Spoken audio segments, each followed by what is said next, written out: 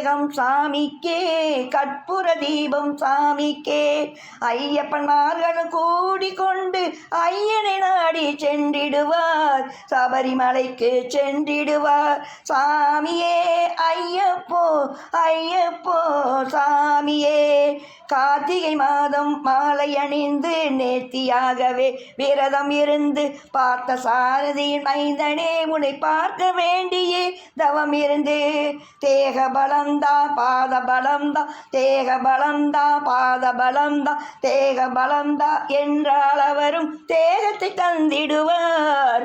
பாத பலந்தா என்றால் அவரும் பாதத்தை தந்திடுவார், நல்ல பாதையை காட்டிடுவார்.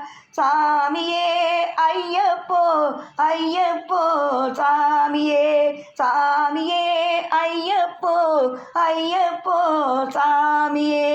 பள்ளிக்க